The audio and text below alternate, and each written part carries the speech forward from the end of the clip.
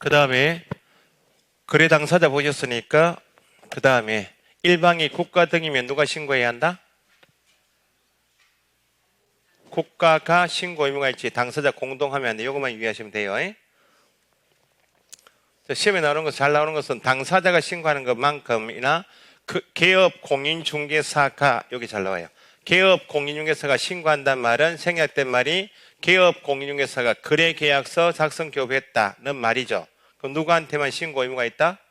개업 공인중개사에게만 신고 의무가 있다 해야지 당사자란 말이 들어가면 안 되는 겁니다.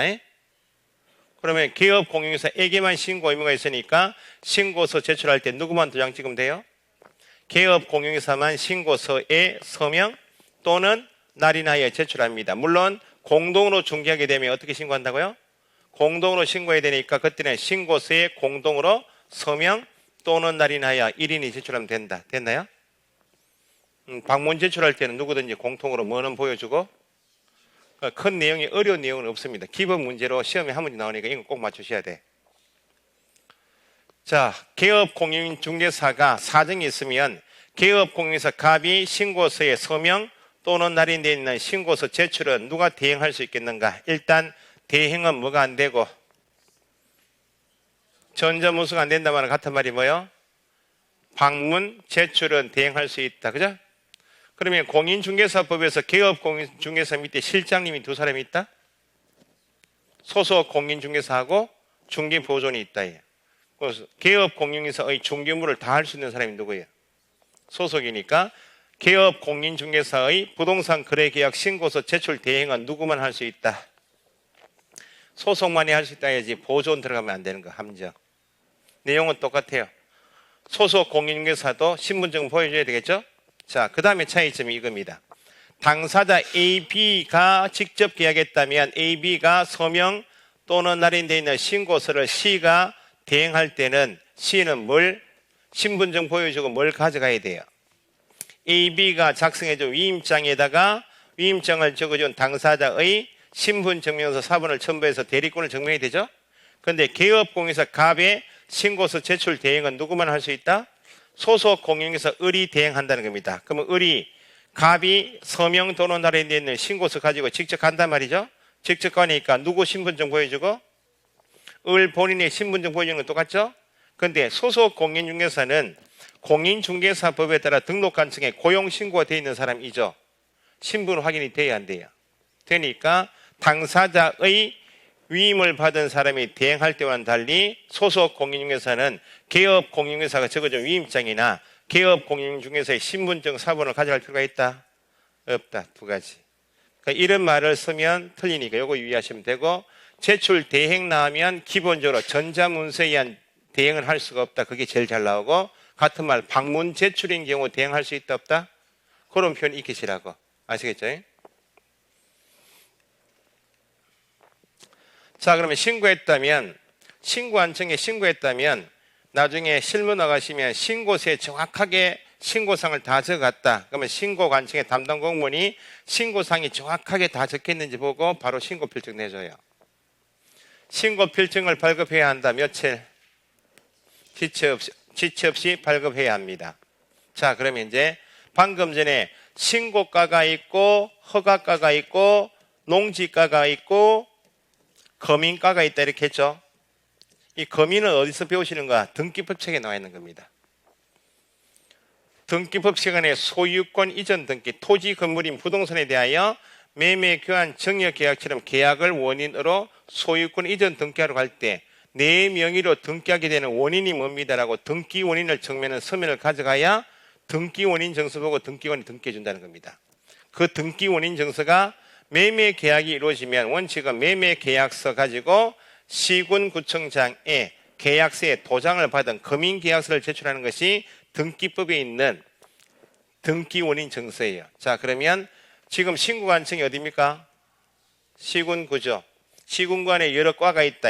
지금 신고했죠. 지금 신고필증이 발급되었죠. 어떤 계약에서? 매매 계약에서 매매 계약안에 신고필증이 발급되었다면 소유권 이전 등기를 매수인이 하러 갈 때 다시 매매 계약서에 시군구 다시 와서 금인까지 받은 신고 필증에다가 금인받은 계약서를 같이 제출해야만 등기될 것인가? 등기법 배우셨어요? 하루라도? 등기는 형식적 심사다. 등기에 공신력이 없다. 등기부를 믿고 거래한 사람은 100% 보호됩니까? 안 된다. 그죠? 그래서 형식적 심사에 필요한 등기할 때 필요한 금인은 금인 매매 계약서에 금인 신청할 때 기재사항이 정확하게 다 기재됐는지만 보고 도장 찍어주는 게 금인입니다. 근데 부동산 거래 신고는 별 하자가 없으면 신고 필증 내주는 원칙인데 필요하면 조사도 하고 검증을 다 해요. 보충 규정이. 그래서 결론은 매매 계약하여 신고 필증이 발급되었다면 등기할 때 뭐만 가져가면 되는 것이고 신고 필증 가져가면 되는 것이지 금인을 받아야 하는 것이 아니고 금인은 뭐 받은 것으로 본다. 여기에 일반적인 신고 절차입니다. 방금 전에 거래 당사자가 신고하는 경우 개업 공인중개사 일방이 국가 등인 경우에서 그게 한 문제. 아시겠죠?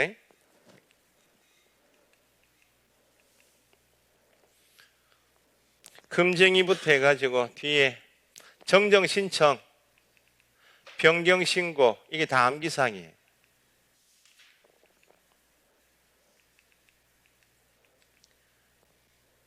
자, 방금 전에 신고 필증이 발급되면 금인은 받을 필요 없이 신고 필증 가져가면 된다 했습니다. 그 이유가 신고 사항에 대해서 조사도 들어간다는 겁니다. 등기 신청하면 등기관이 매매 교환 증여 계약에서 등기 신청하면 매매 계약서 가져와 봐라. 내가 한번 알아봐야 되겠다. 실제 매매 계약이 이루어졌는지 실질적인 심사가 있다. 등기는 실질적인 심사 없어요. 등기에 필요한 서류만 정확하게 갖춰가면 그 위조된 서류가 있을 수 있나 없나요? 있죠. 그래도 확인이 안 되면 그냥 등기 등록한다는 겁니다. 여기 근데 신고 제도는 필요하면 의무는 아니지만 신고서에 적혀 있는 대로 계약했는지 계약서에 적혀 있는 대로 신고 들어왔는지 확인해 보자 해서 조사도 들어간다는 겁니다. 기본 내용만 보시면 신고사항의 사실 여부를 확인하기 위해서 신고서에 적혀 있는 내용 그대로 계약했는지 확인해 보자 그 말입니다. 필요하면. 그 말은 실거래가 정보는 신고관청의 신고가 담당 공무원은 자기 관할 지역 내 그 지역에 있는 아파트 매매가가 얼마인지 대충 압니까? 몰라요. 국토부에 들어가면 다 자료가 있으니까. 근데 신고서에 적혀 있는 가격이 너무 낮거나 너무 높으면 네가 신고서에 만약에 실거래가가 5억인데 그 아파트가 지금 신고서에 적힌 가격이 4억이다. 너무 차이가 크다는 겁니다. 그러면 네가 신고서에 적어온 4억대로 계약했는지 확인해 보겠다는 거예요. 그러면 신고관청 담당 공무원에게 일을 시켜요. 의무자, 신고서 가져온 거래 당사자이든지 신고서를 가져온 개업 공인사에게 4억짜리 계약서 제출 요구할 수 있다. 4억대로 계약했다면 신고서에 적힌 대로 4억짜리 계약서 가져와 봐라 이렇게.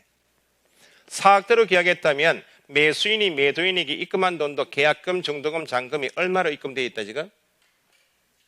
4억대로 신고서에 적혀있는 대로 계약했다면 4억대로 입금되어 있을 거 아니에요? 그러면 매매 대금을 4억대로 지급했음을 증명할 수 있는 입금표 통장서본 가져와 봐라. 이렇게 조사가 들어간다는 겁니다. 의무사항은 아니지만 차이가 너무 크면. 뿐만 아니고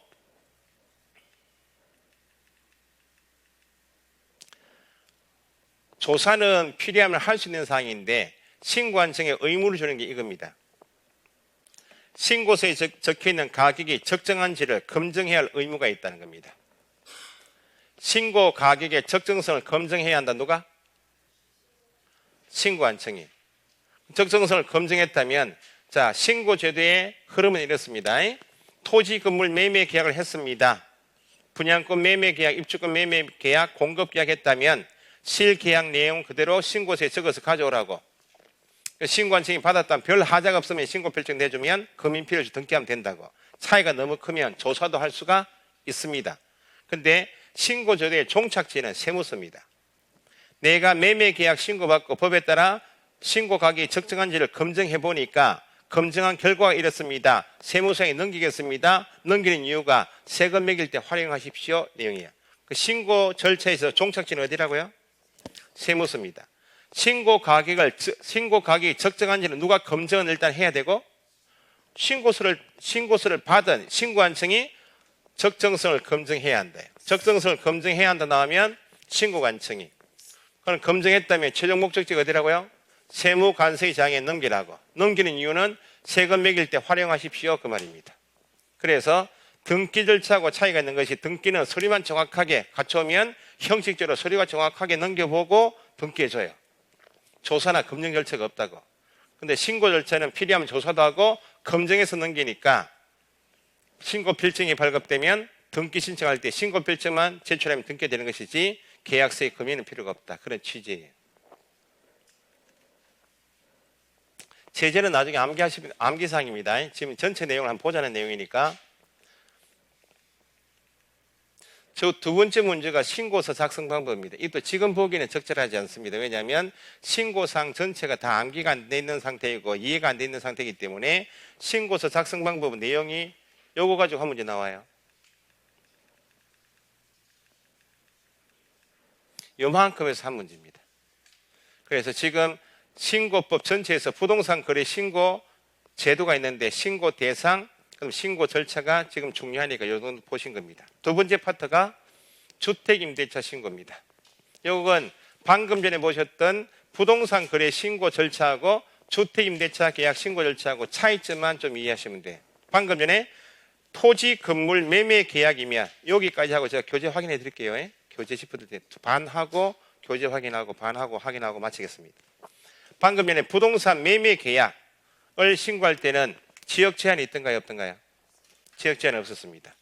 거래 가격이 얼마 이상 이런 제한이 있었어요? 없었어요? 없습니다. 뿐만 아니고 개업 공인중개사가 매매 계약서 작성 교부했다면 누가 신고해야 한다?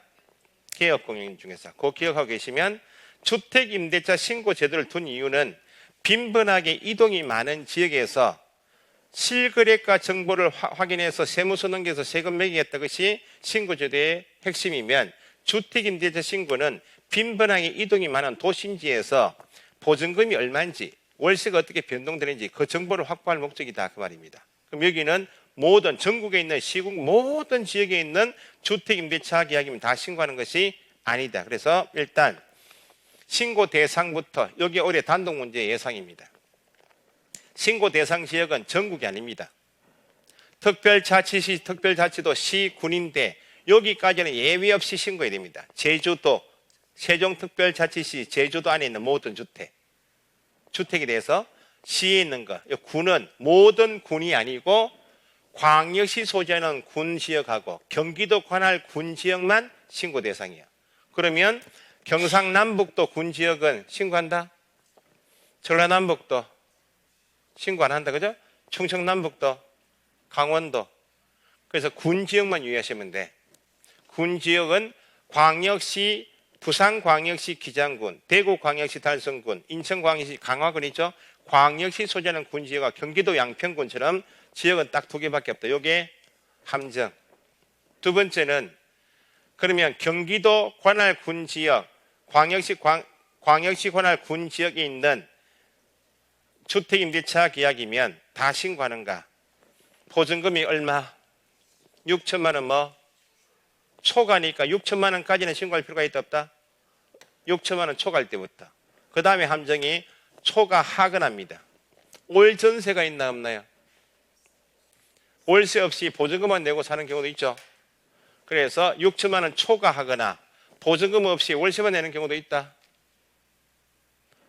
30만 원을 초과하는 주택임대차만 신고한다.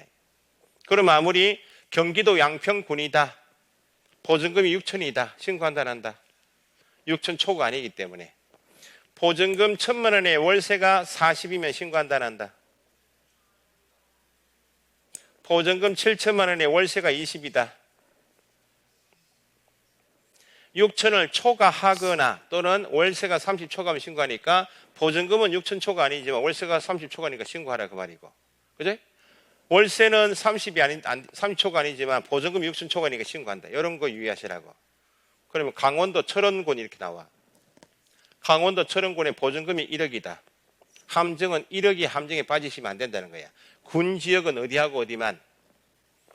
광역시 군하고 경기도 관할 군 지역만이지 나머지 군 지역의 군은 보증금액이 1억 6천 초과해도 30 초과해도 신고할 필요가 없다. 왜냐하면 나머지 지역에서는 이동이 많다 적다. 강원도 철원군에서 평생 살다가 그냥 가시라고. 이동이 거의 없다는 겁니다. 이동이 빈번한 경기도 관할 군지역하고 이동이 빈번한 광역시 관할 군지역만 6천 초과거나 30 초과이면 신고 대상이다. 그러면 여기 두 개를 보시면 매매 계약을 신고하는 부동산 거래 신고하고 다른 것이 지역 제한이 있고 금액의 제한이 있다. 아시겠죠? 그 다음에 요게 이제 지금 주택임대차 계약을 신고하는 주 목적은 빈번하게 이동이 많은 지역의 보증금 정보를 월차임 정보를 확보할 목적이다. 그러면 계약을 갱신할 수 있나 없나요? 나중에 주택임대차 보호법 배우시면 보통 기간이 2년 계약하죠. 2년 계약한 임차인이 기간 만료되기 6개월부터 2개월 전까지 기간 만료되면 한 번 더 살겠습니다. 요구할 수 있습니다. 그러면 계약 갱신이 되어서 2년 더 연장해 살게 되었는데 보증금 처음에 7천만 원 신고했죠. 6천 초과니까. 기간은 연장했는데 보증금 그대로 7천만 원. 보증금의 정감이 변동이 없으면 보증금 정보는 이미 7천만 원 확보되어 있잖아요. 정감이 있으면 따로 신고해야 되지만 정감이 없다. 핵심은 보증금 차임에 정감이 없이 기간만 연장된 것은 따로 신고한다 안 한다. 신고 대상의 제외니까 신고 대상이 아닙니다. 자, 그 다음에 신고해야 한다 할 때 주택은 기준이 어떤 주택인가? 건축물 대장처럼 대장의 용도가 주거용일 때만 신고 대상인가? 소위 공부상 용도가 주택일 때만 신고 대상인가? 주택임대차 보호법에 따른 주택을 신고하라는 말은 건축물 대장상 용도 관계없이 나중에 배우시겠지만 주택임대차 보호법은 공부해 보신 분들은 임차인 보호 취지이죠.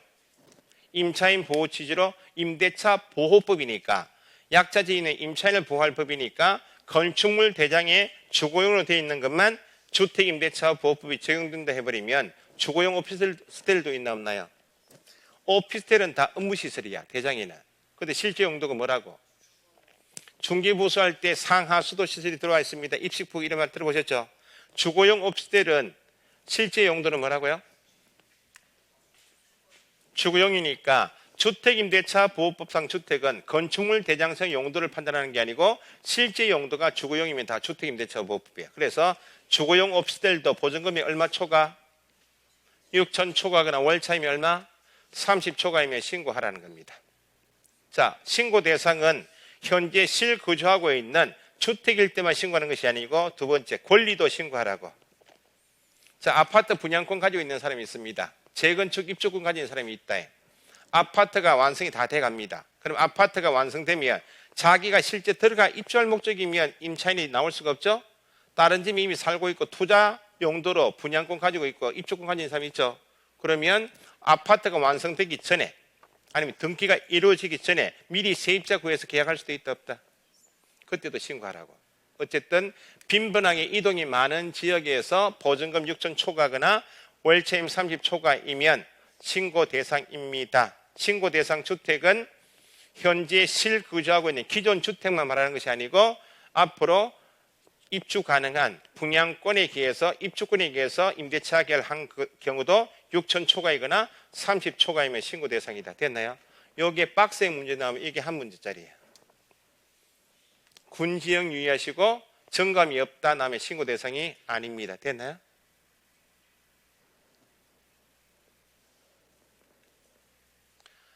신고 기한하고 신고 완성은 똑같습니다. 부동산 매매 계약은 언제부터 며칠요? 계약 체결한 날부터 며칠? 30일. 똑같습니다. 신고 완성도 부동산 거래 신고법 안에는 다 주택 소재지, 부동산 소재에 관한 시군구청 똑같습니다. 그러면 임대차 신고하는 말은 주택 임대차 계약 신고서가 따로 있다 없다? 신고해야 한다, 등록해야 한다 나오면 다 신고서가 있다는 겁니다. 그러면 앞에 부동산 거래 신고해야 한다는 말은 부동산 거래 계약 신고서에 법에서 가고 있는 신고사항을 적어와라 그 말이죠. 주택임대차 계약도 신고하란 말은 신고서에 적어올 신고사항이 있다는 겁니다. 자, 이건 올해 들어온 게 이게 있습니다. 이게 특이한 겁니다. 올해 이게 시험 나올 거예요.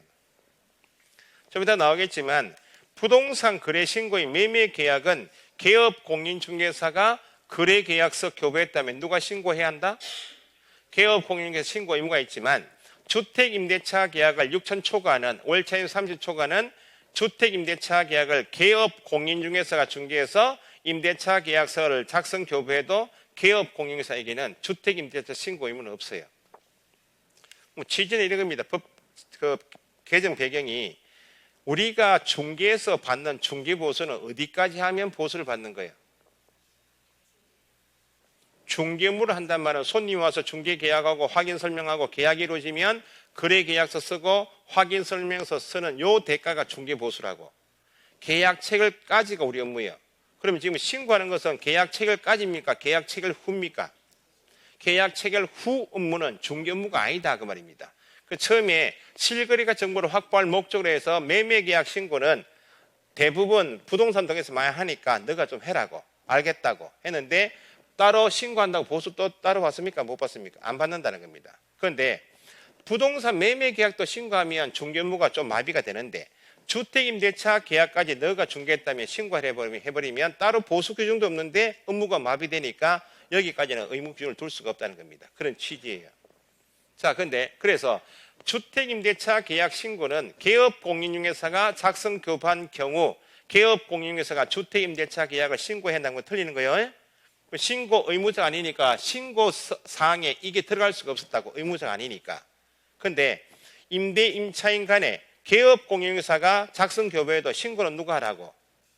임대차 계약 당사자 두 사람이 공동으로 신고하라. 개업공인중개사에 신고 의무가 없었다고. 그런데 임대차 계약한 당사자 간에 분쟁이 발생할 수도 있나 없나요? 그 분쟁을 해결하려면 아무래도 누가 낫다고. 네가 중개해서 계약이 이루어졌다면 개업공인중개사가 정인으로서 분쟁 해결이 쉬우니까 신고 의무는 개업공인중개사에게 없지만 당사자가 신고하는 경우에도 임대차 계약을 누구를 통해서 계약했다면 개업공인중개사 통해서 계약했다면 의무자는 아니지만 해당 주택임대차 계약을 중개한 개업공인중개사의 인적사항을 넣으라고. 사무소 명칭, 소재지, 대표자, 성명, 등록번호. 소속이 중개할 수 있나 없나요? 소속이 중개해서 주택임대차 계약이 이루어졌다면 중개한 소속공인자 성명까지. 요건 모의고사에서도 여러 번 물을 거예요. 주택임대차 신고 대상인가 아닌가 할 때 주택임대차 계약을 중개한 개업공인중개사의 소재지, 전화번호, 명칭 쭉 하고 소속공인중개사가 주택임대차 계약을 중개한 경우에는 뭐까지? 여기까지 넣고 소속공인중개사 성명까지 다 신고해야 돼요. 이런 내용. 여기엔 특이한 것이 이거겠죠. 임대차 계약은 기간이 있나 없나요? 임대차 기간이 매매는 기간이 있어요 없어요? 일시적 계약으로 배우시잖아요. 그래서 임대차 계약의 특징이 임대차 신고사항에는 뭐도 있다? 계약기간. 물을 것 같으면 계약갱신이겠죠. 계약을 2년 살고 계약이 갱신돼서 넘어왔는데 묵시적 갱신 제도가 있고 방금 전에 한 번 더 살겠습니다 해서 임대인에게 요구해서 갱신되는 경우가 있다는 겁니다. 그럼 계약을 갱신한 경우에 한해서 주택임대차 보호법에서 임차인이 사용할 수 있는 계약갱신 요건을 행사해서 갱신됐는지 아니면 묵시적으로 갱신됐는지 또 신고사항 이단이다. 여기에 시험의 출제관이 크고 그 다음에 임대차 신고사항에 계약을 갱신한 경우에 하나여 갱신 요건 행사 여부도 신고서 기재사항이다. 이거 임대차 기간도 신고서 기재사항이다. 이 정도예요. 당연히 보증금 차임이 중요한데 이건 당연히 물을 것이고 당연하기 때문에 묻지는 않을 것이고 이건 이 세 가지. 신고 절차에서 중요한 게 방금 말씀드린 것처럼 개업공인중개사가 작성교부에도 누구한테는 신고 의무가 없다. 개업공인중개사의 신고는 없다. 의무는 없기 때문에 임대차 계약 당사자가 신고하는데 신고서에는 중개한 개업공인중개사, 중개한 소속에 관한 사항은 신고서 기재사항이다. 그게 핵심이고 그러면 개업공인중개사에게 신고 의무가 없으니까 비교해서 임대차 계약 당사자 네가 신고하라 그 말이죠. 당사자가 신고한다 할 때는 다 공동으로 신고해야 한다. 공동으로 신고한다는 말은 뭐예요? 공동으로 임대차 신고서에 공동으로 뭐 하고 서명 또는 날에서 1인이 똑같아요. 일방이 거부하면 단도로 할 수 있다. 똑같죠? 일방이 임대차 계약 당사자 일방이 누구이다? 국가이면 누가 신고해야 한다? 국가가. 똑같아요. 신고 필증은 며칠 이내에 발급하고 시책이 똑같아요. 자, 권한의 위임 규정은 부동산 거래 신고에는 없는 규정이기 때문에 주택임대차 신고는 시군구청장이 신고한 책의 업무인데 시군구청장의 업무 일부를 읍면동장 출장소장에 위임을 줄 수 있다. 이걸 이해하실 이유가 한 게 있습니다. 우리가 주택임대차 계약했다. 임차인이 전입신고하러 어디 갑니까? 동주민센터에 많이 가니까 신고한 책의 업무를 읍면동 주민센터하고 출장소장에 위임을 주겠다. 네가 신고받아도 된다 그 말입니다. 임대차 계약 신고서 작성 제출은 방금 전에 말씀하신 것처럼 공동으로 신고해야 한다는 말은 주택임대차 계약 신고서에 공동으로 서명 또는 날인 제출은 누가? 일방이 제출해야 합니다. 됐어요? 이제 부동산 거래 신고하고 차이점이 이런 것들입니다. 공동으로 신고서 제출한 것으로 간주되는 것 한 개만 봅시다. 자, 세 가지인데 공동으로 임대차 신고해야 한단 말은 임대차 신고서에 신고사항을 적어와라 그 말이죠. 임대차 신고서를 공동으로 신고한단 말은 신고서에다가 공동으로 도장 찍어와라 그 말 아니에요? 그러니까 원칙은 공동신고 개념은 신고서에 신고사항을 다 적고 임대인하고 임차인이 다 서명 또는 날인해서 1인이 제출하라. 이게 공동신고이죠. 그런데 신고서에 임대인 일방만 서명 또는 날인되어 있어요. 임차인이 빠졌죠. 빠져도 지금 신고서를 가져가는 임대인 나하고 임차인하고 임대차 계약한 사람이 있습니다라고만 증명하면 되잖아요. 신고서에는 이미 신고사항이 다 기재되어 있고 도장이 한 사람이 빠졌다는 거 아니에요. 그러면 임대차 계약서를 작성했다면 임대차 계약서를 제출하면 계약서에 임대 임차인 도장이 다 있겠네. 확인돼야 한대요. 또는 계약서를 안 썼다면 임대차 계약한 임차인이 임대인 통장에 계약금 넣고 했을 거 아니에요. 그러면 임차인 통장에서 임대인에게 돈이 입금되었다는 걸 증명하면 통장사본을 제출하면 둘 간의 계약이 있었던 것을 확인할 수가 있으니까 굳이 신고서에는 공동으로 서명 또는 날인을 반드시 할 필요는 없다는 겁니다. 일방이 서명 또는 날인했습니다. 한 사람 빠져도 계약 당사자가 있습니다는 걸 증명하면 되니까 임대차 계약서 작성했다면 계약서 가져가면 되고 계약서 쓰지 않았다면 입금증을 제출하면 된다는 겁니다. 시험은 이게 중요하겠죠. 부동산 거래 계약 시스템은 앞면이 있다 없다? 방금 전에 매매 계약도 국토부에서 운영하는 전자계약 시스템, 부동산 거래 계약 시스템을 통해서 거래 계약이 체결된 때 신고서 제출한 것을 본다 했죠. 똑같이 주택임대차 계약도 부동산 거래 계약 시스템을 통하여 임대차 계약이 체결된 때 공동으로 임대차 신고서 제출한 것을 본다. 간주조항이 출제원이 좋아하는 부분인데 나올 가능성은 이게 제일 큽니다. 부동산 거래 계약 시스템. 아시겠죠? 이런 것은 나중에 1월부터 계속 강조할 수밖에 없어요. 변경 및 해제 신고는 나중에 같이 합시다. 자, 다른 법률에 따른 신고 등의 의제조항, 이것도 의지된다 말은 간주조항입니다. 방금 전에 읍면동 출장소장에 위임을 줄 수 있다. 주민등록법에 따라서 임차인이 동주민센터 가서 전입신고했습니다. 그러면 주택임대차 계약 신고한 것으로 간주해 주겠다고. 당연히 이때 뭘 들고 가겠어요? 계약서 들고 가겠죠. 이미 주민등록법인 다른 법에 따라서 신고가 이루어졌다면 별도로 부동산 거래 신고법에 따라 신고할 필요가 없다는 내용입니다. 임대차 계약 신고를 했고 임대차 보증금이 변경되어서 변경 신고가 이루어졌고 신고한 층에 접수가 완료되었다면 별도로 확정일자 받을 필요 없어요. 주택임대차법상 확정일자 부여한 것으로 본다. 그럼 우리가 동주민센터 가서 확정일자 받으러 간다. 뭘 가져가서 어디에 확정일자 받아와요? 계약서에 확정일자 받아오니까 뭘 제출한 경우에 하나예요. 임대차 계약서를 제출하여 신고가 이루어졌다면 확정일자 부여한 것으로 본다. 간주규정도 1번하고 3번은 나중에 강조할 수밖에 없다. 이 정도가 주택임대차 신고이다. 지역 제한이 있습니다. 보증금 차임 제한이 있습니다. 개업 공인중개사에는 신고 의무가 없습니다. 이게 큰 차이점이에요. 자, 여기까지 보고 교재 한번 봅시다. 이제.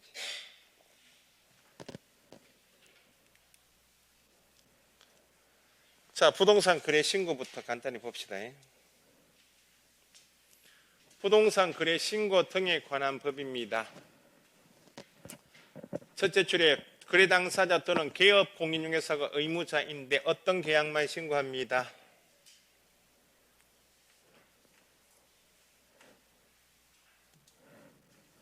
매매 계약을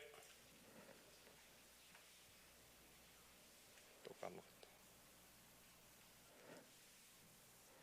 매매 계약을 신고합니다.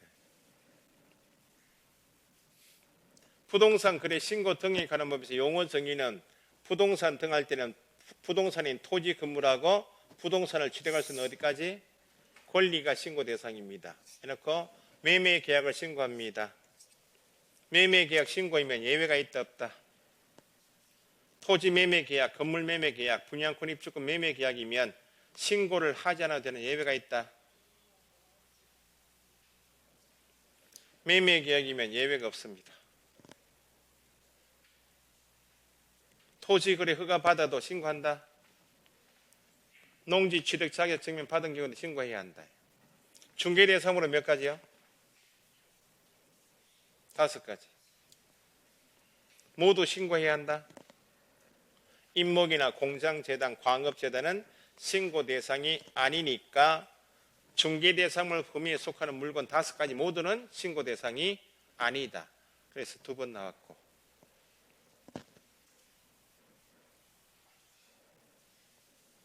토지 매매 계약, 건축물 매매 계약이면 예외 없이 신고해야 한다. 됐습니까? 공급 계약이나 공급 계약한다 할 때는 토지 공급 계약,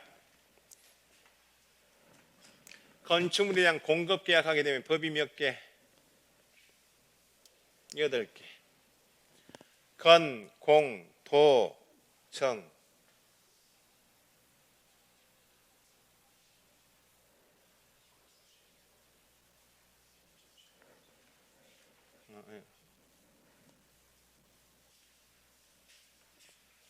미안하고만.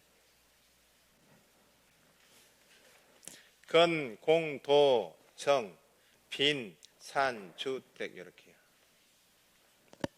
함정은 여기 또 건 해놓고 건축법 오 하시면 안 돼. 공법 교재안에 있는 법이 3개 있습니다. 개발법, 정비법, 주택법이 있어요. 여기 건축물 분양에 관한 법이 건축법 하면 안 돼. 나중에 정을 다시고 상가 분양 대행 의무에 종사하고 싶다. 반드시 교육받아야 되는 법이 건축물 분양에 관한 법입니다. 건축법 하면 안 돼요. 그러면 공급 계약을 통해서 나눈 권리가 뭐예요? 분양권이겠죠? 분양권도 법이 몇 개? 분양권. 공급이 뭐라고요? 분양이잖아요. 공급 계약이 뭐예요, 그러면? 분양 계약이겠죠. 청약 때문에 특정 동호수 이미 당첨되었다.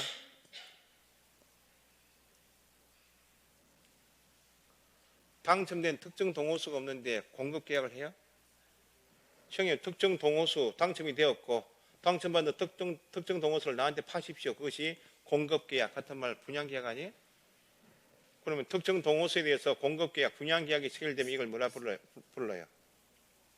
분양권이라고 부르겠죠. 분양권은 뭘 해서 나오는 거예요? 공급 계약을 통해서 나오는 게 분양권 아니에요? 그럼 공급 계약이 법이 몇 개예요? 그러면 공급받는 자로 선정된 지위, 분양권도 법이 몇 개? 8개. 입주자로 선정된 지위, 입주권 할 때만 법이 몇 개? 정비법하고 빈집법 2개. 공급 계약을 통하여 공급받는 자로 선정된 지위는 줄이면 뭐예요? 분양권을 말하니까 법이 몇 개? 8개. 입주자로 선정된 지위는 입주권이죠. 입주권은 법이 몇 개? 2개. 어떤 법하고 어떤 법? 정비법하고 빈집법.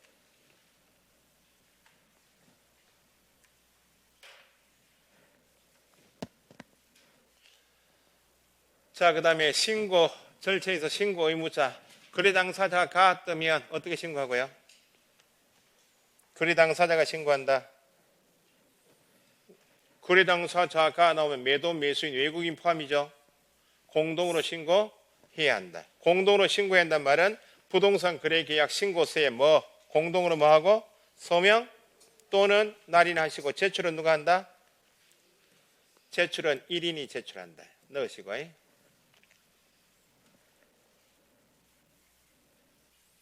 거래 당사자는 매도 매수를 말하고 외국인도 신고한다 한다. 외국인도 신고해야 되니까 외국인도 포함합니다.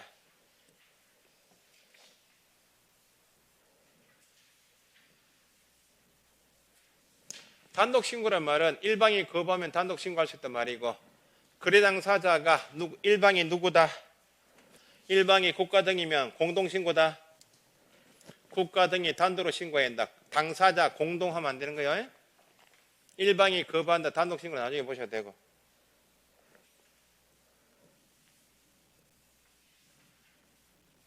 자, 여기 이제 공부를 하실 때 서명 및 날인해야 할 것인가 서명 또는 날인할 것인가 다 암기하실 필요가 없고 이 두 가지만 암기하시면 돼. 서명도하고 날인도 해야 되는 것은 두 가지밖에 없다. 뭐하고 뭐 거래계약서하고 확인설명서에만 두 가지만 딱 중심하시면 저 두 개 빼고 나머지 서식은 다 서명 또는 날인합니다.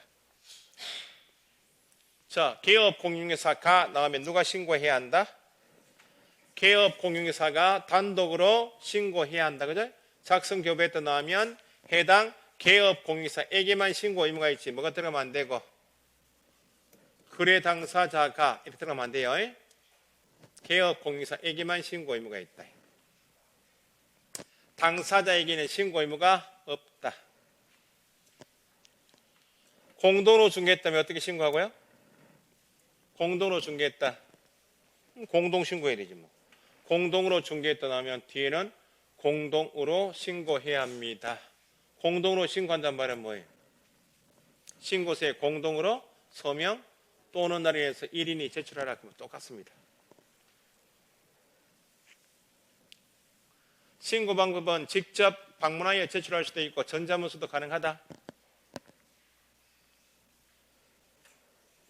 거래 당사자가 개업공인중개사가 직접 제출하러 갑니다.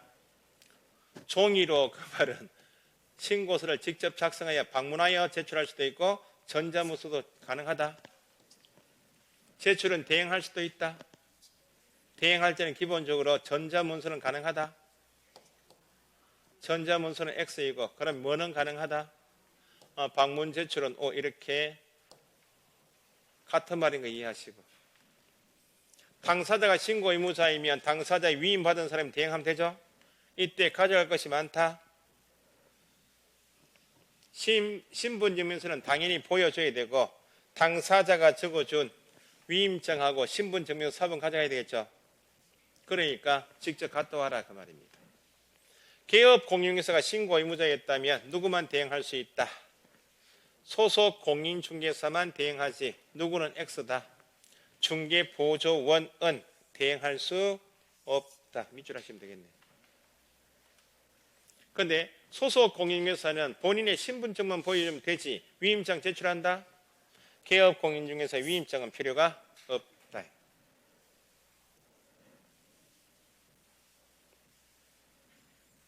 방문 신고와 전자문서 신고는 됐고 이제 신고 기한은 언제부터 30일?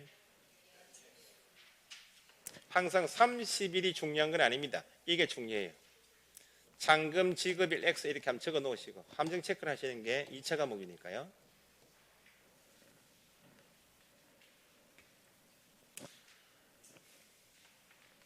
당사자는 나면 공동으로 신고해야 한다. 계약 체결한 날부터 30일.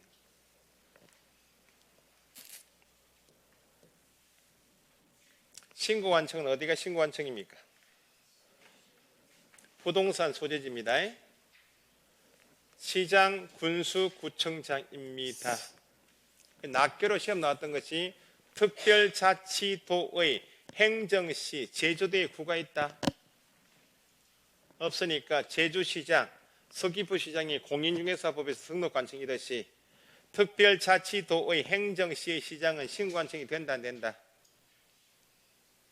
된다 그 말이고, 특별자치시장은 신고한청이 된다 안 된다? 구가 없으면 무조건 시장이 해야 됩니다. 구만 있으면 구청장이 신고하고.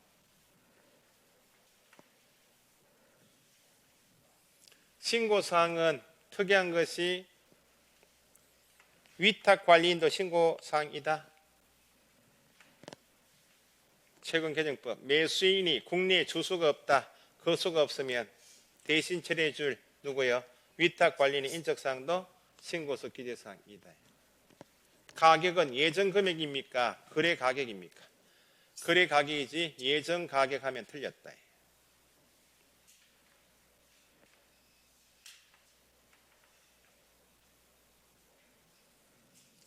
신고사항은 뭐하고 유사하다 그랬어요? 매매 계약이 이루어지면 매매 계약서 쓰겠죠. 매매 계약서인 거래 계약서 기재사항하고 신고서 기재사항은 유사하다. 이렇게 알고 나중에 암기하셔야 돼요.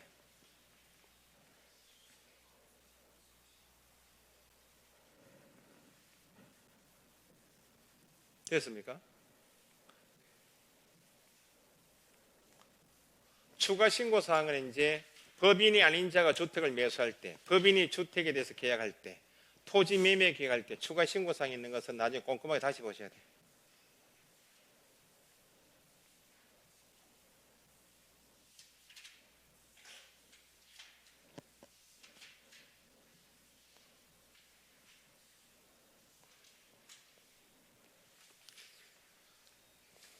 자, 그래서 신고사항이 공통신고사항이 있고 법인, 법인외자, 주택, 토지가 있기 때문에 제출 서류가 많아진다. 서류가 좀 많이 나오는 것이 부동산 거래 신고 제도이다는 내용입니다. 이 책이 제일 꼼꼼하게 해놨어요. 서류 제출을. 쭉 넘겨보시고요.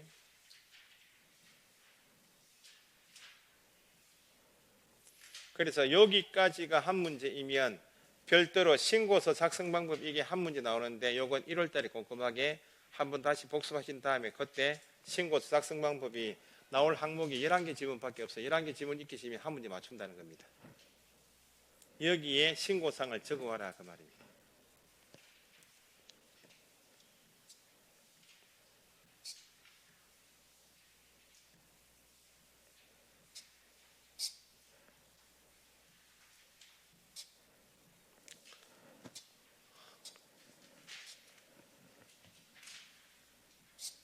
넘기는 게 보통 일이 아니네.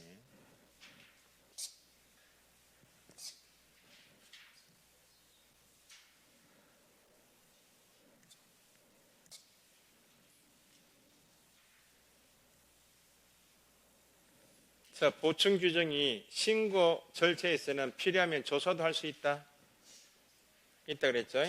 이거는 뭐 앞에서 간단히 보셨기 때문에 신고사항대로 계약했는지 확인하기 위해서 계약서 제출 요구할 수 있다.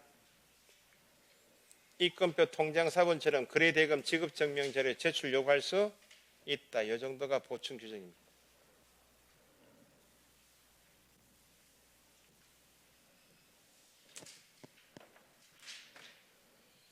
자, 신고필증을 발급해야 한다. 며칠요? 지체 없이 신고필증을 발급해야 한다. 신고필증이 발급되었다면 금인은 또 받아야 됩니까? 받은 것으로 본다. 신고필증이 발급되었다면 등기 신청할 때 신고필증 가져가면 되지 금인은 받은 것으로 본다. 이 표현도 익히시고 부동산 거래 계약 시스템이 있다. 부동산 매매 계약을 신고하는 인터넷이 있다고. 거기 이름이 부동산 거래 계약 시스템이고 달리 표현하면 전자계약 시스템인데 부동산 거래계약 관련 정보 시스템 이게 정식 명칭인데 줄여서 부동산 거래계약 시스템이라 해요. 부동산 거래계약 시스템을 통해서 계약이 체결되었다. 매매 계약이 체결되었다 말은 매매 계약 내용을 부동산 거래계약 시스템 안에서 다 입력시켜놨다. 그러면 또 신고서 제출해야 한다. 신고서 제출한 것으로 본다. 별도로 신고서 제출할 필요가 없다.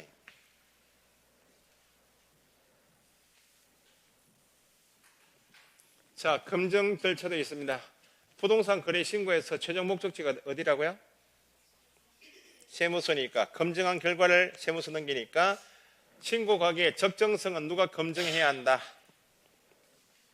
동일히 신고서를 들고 있는 신고관청이 검증해야 합니다. 신고관청이 적정성을 검증하여야 한다. 검증한 결과는 최종 목적지가 세무관세청에 통보해야 한다. 통보해주는 이유가 뭐예요? 과세 자료, 세금 매길 때 활용하십시오. 통보받은 세무관세청은 과세 자료를 활용할 수 있다.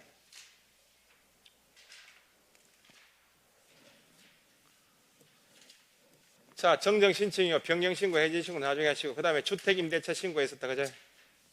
주택 임대차 신고로 넘겨보시죠. 일단 부동산 거래 계약 신고하고 크게 차이점이 주택 임대차 신고 대상 지역은 제한이 있다 없다? 지역 제한이 있다 그랬죠? 금액 제한이 있나요 없나요? 세 번째, 개업 공용회사에게는 신고 의무가 있다 없다? 그게 차이점입니다.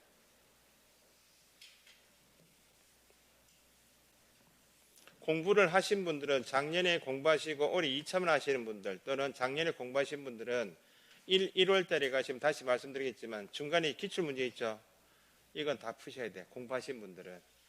공부를 처음 하시는 분들은 1, 2월 10주 과정에서 문제 풀려고 하지 마시고 기본기만 튼튼히 하시고 문제는 언제든지 풀 시간이 있다는 거. 기본기가 돼 있으면 3월 달부터 모의고사 보셔도 되고 공부를 하신 분들은 작년에 공부를 좀 2차 과목을 하신 분들은 이론 과정만 하지 마시고 결국은 내가 문제 풀기 위한 이론 공부니까 기출 문제는 꼭 풀어보시라고. 자, 여기다가 세 가지는 적어 놓으셔야죠. 지역 제한 있다 없다? 금액에 제한 있다 없다? 지역 제한이 있다. 거래 가격 제한 있다 없다? 보증금 차임에 제한이 있다, 그죠? 세 번째는 개업 공인중개사에게는 신고 의무가 있다 없다? 신고 의무가 없다. 이렇게.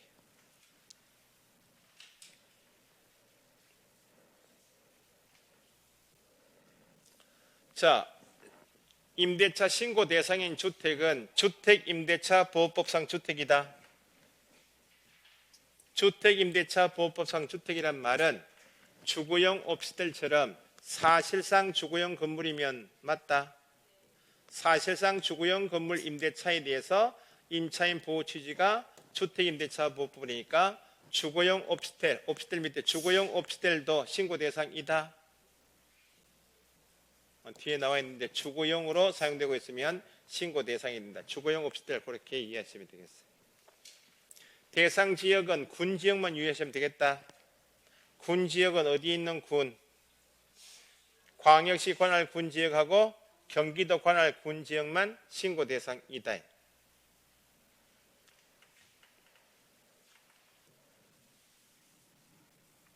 자, 보증금 차임은 6천 초과하고 월 차임도 30 초과해서 두 가지를 다 갖춰야 됩니까? 아닙니다. 초과하거나 급히면 6천만 원 초과하거나 초과도 이해하시고 월 차임 30을 초과는 두 가지 중에 선택 개념입니다.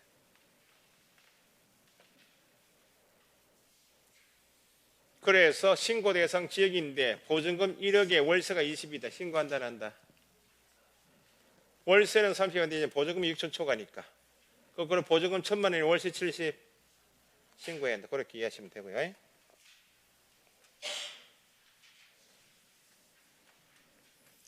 자, 기간만 연장되었다. 그 말은 계약은 갱신됐는데 보증금 차임은 점검이 없다. 기간만 2년 연장되었다. 신고 대상이다. 이런 게 이제 함정책 거죠. 기간만 보증금 차임에 점검 없다. 이게 핵심이죠. 기간만 연장된 것은 신고 대상이 아니다. 신고 관청은 어디고요? 주택소지지관할 시군구. 신고 기한은 언제부터 30일? 똑같습니다. 신고 의무자 여기 다시 누구는 신고 의무가 없다. 개업 공인중개사는 신고 의무가 없다. 다시 한번 적으시고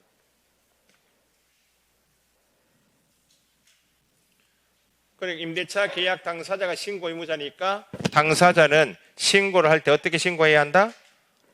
공동으로 신고해야 한다는 개념은 임대차 계약 신고서에 어떻게 하라고요? 공동으로 서명 또는 날인해서 제출한 1인이 하라. 똑같습니다. 공동으로 신고한단 말은 공동으로 서명 또는 날인해서 가져와라 그 말이죠. 공동신고서 제출로 간주되는 경우도 있다. 1방만 도장을 찍어도 1방만 당사자 1방만 서명 또는 날인해도 뭘 첨부하면 돼요? 임대차 계약서 작성했다면 계약서를 첨부하든지 계약서를 작성하지 않았다면 입금증이나 통장사본 제출하면 되겠다. 시험은 그것보다도 이게 더 잘 나오겠죠. 부동산 거래계약 시스템을 통해서 임대차 계약이 체결되었다. 그러면 공동으로 신고서 제출한 것으로 본다. 그게 좀 이따 나오겠죠. 자, 개업 공용이사에게는 신고 의무가 없다. 다시 밑줄하시고. 하지만 개정법에 따르면 임대차 신고서에는 뭐는 적어오라고? 임대차 계약을 중개한 개업 공용인사의 사무소 소재지 명칭, 대표자 성명, 소속이 중개했다면 소속의 성명까지는 신고서 기재사항이다. 그게 개정법입니다.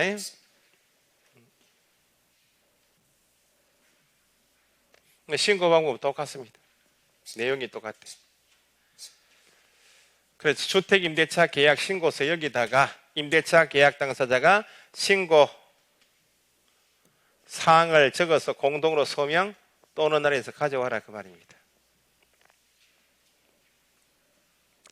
여기는 이 책은 개정이 되기 전에 책이 나왔기 때문에 나중에 여기다가 보충을 하셔야 돼.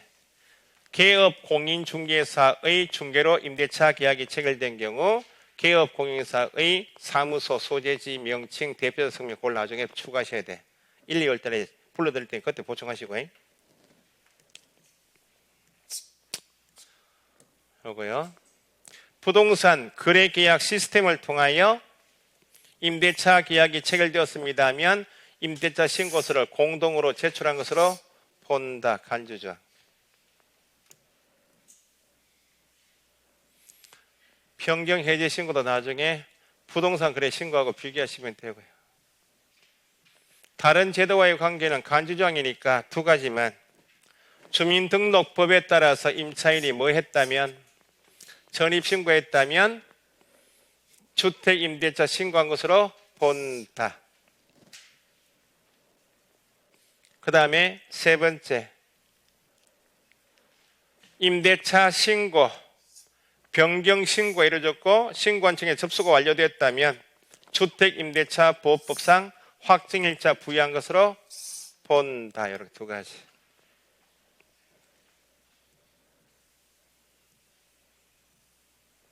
제재는 나중에 주택임대차는 다 100만 원 이하 과태료 처분입니다. 여기까지가 두 가지 파트입니다.